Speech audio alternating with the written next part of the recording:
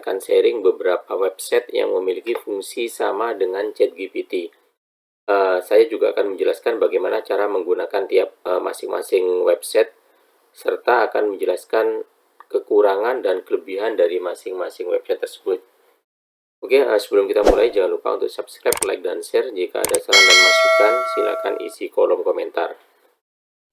Yang pertama, ini adalah ChatGPT. ChatGPT yang kita tahu, ini adalah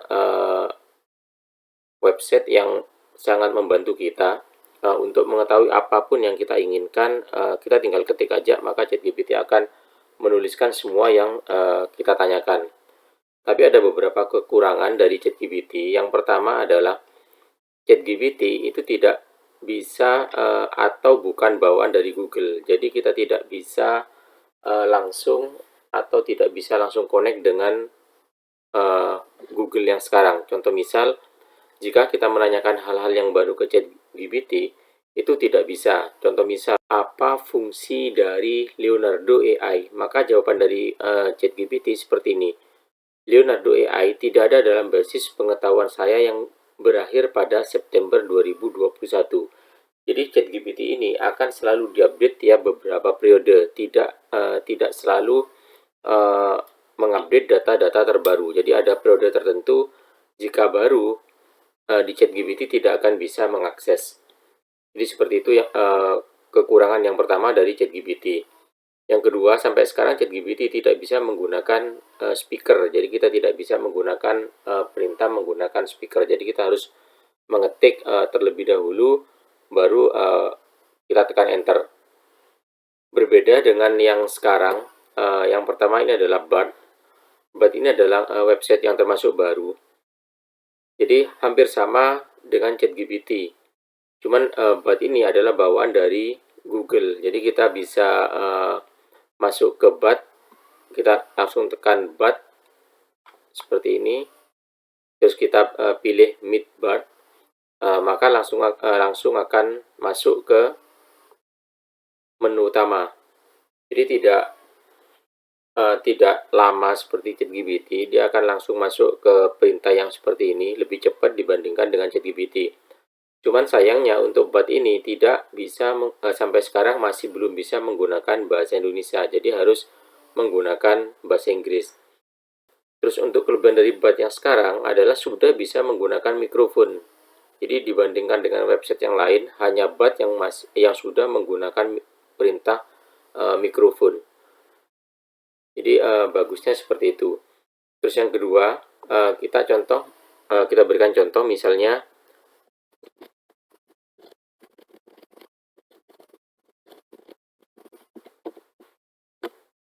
jadi contohnya adalah, can you give me script YouTube?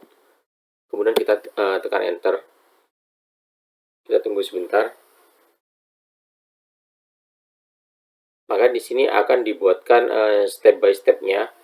Terus tipnya juga, tip 1, 2, dan 3 itu ada keterangan masing-masing dari Bard itu sendiri. Jadi hampir sama fungsinya dengan ChatGPT. Terus di sini juga bisa connect dengan Google. Jadi kita tinggal tekan, misal ini kita Google It. Jadi ada beberapa pertanyaan mungkin yang sudah pernah ditanyakan. Contoh misal script YouTube, how do you put a script on YouTube? Ini ada. Jadi ketika kita tinggal tekan ini, maka juga langsung akan dibukakan. Ini sudah ada linknya. Jadi karena Bard ini adalah bawaan dari Google, jadi seperti itu. Jadi ini sudah ada how to start writing a YouTube script. Ini sudah ada seperti ini, langsung masuk ke Google. Dan sekali lagi untuk Bard ini tidak bisa menggunakan bahasa Indonesia sampai sekarang, tapi kedepannya kemungkinan bisa menggunakan bahasa Indonesia.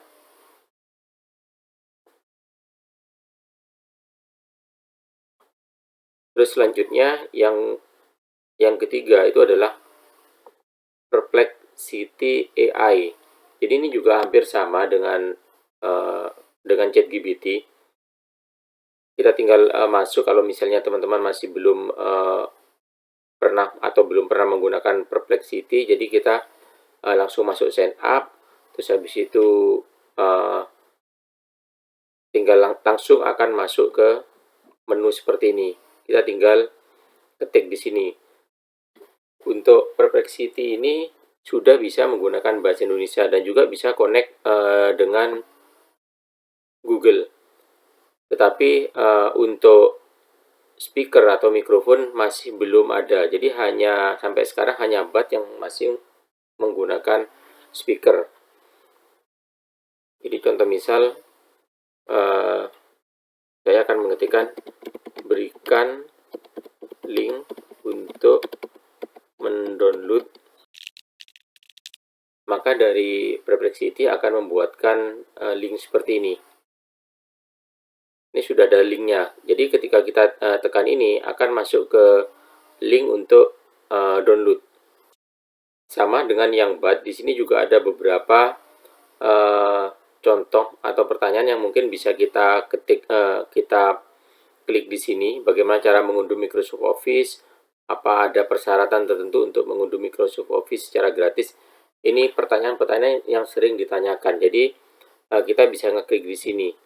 Kita coba salah satu. Jadi dari Perplexity akan membuat seperti ini, jawaban seperti ini. Berikut adalah beberapa produk Microsoft yang bisa di-download secara gratis. Jadi seperti itu. Terus untuk website yang keempat adalah u.com. Jadi teman-teman bisa masuk ke u.com ini, u.com. Kemudian menu utamanya seperti ini.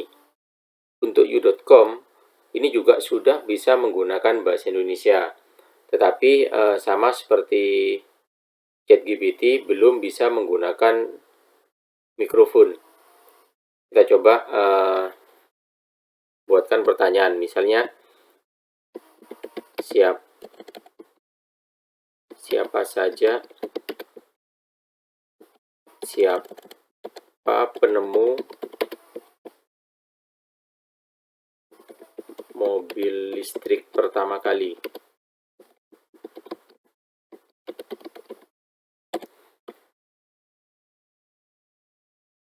Jadi untuk u.com ini juga memberikan jawaban selain seperti ChatGPT, dia juga akan membuatkan link seperti ini. Jadi sejarah perkembangan mobil listrik di dunia, sejarah mobil listrik di dunia ternyata sudah ada sejak seabad. Jadi kita selain ada jawaban seperti ini, kita juga bisa ngeklik link ini.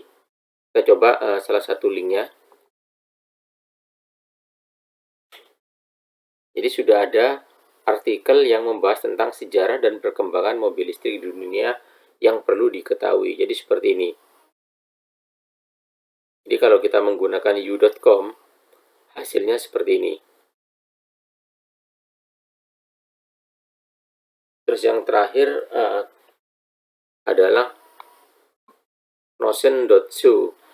Notion.show itu fungsinya apa sih? Sebetulnya hampir sama dengan yang lain.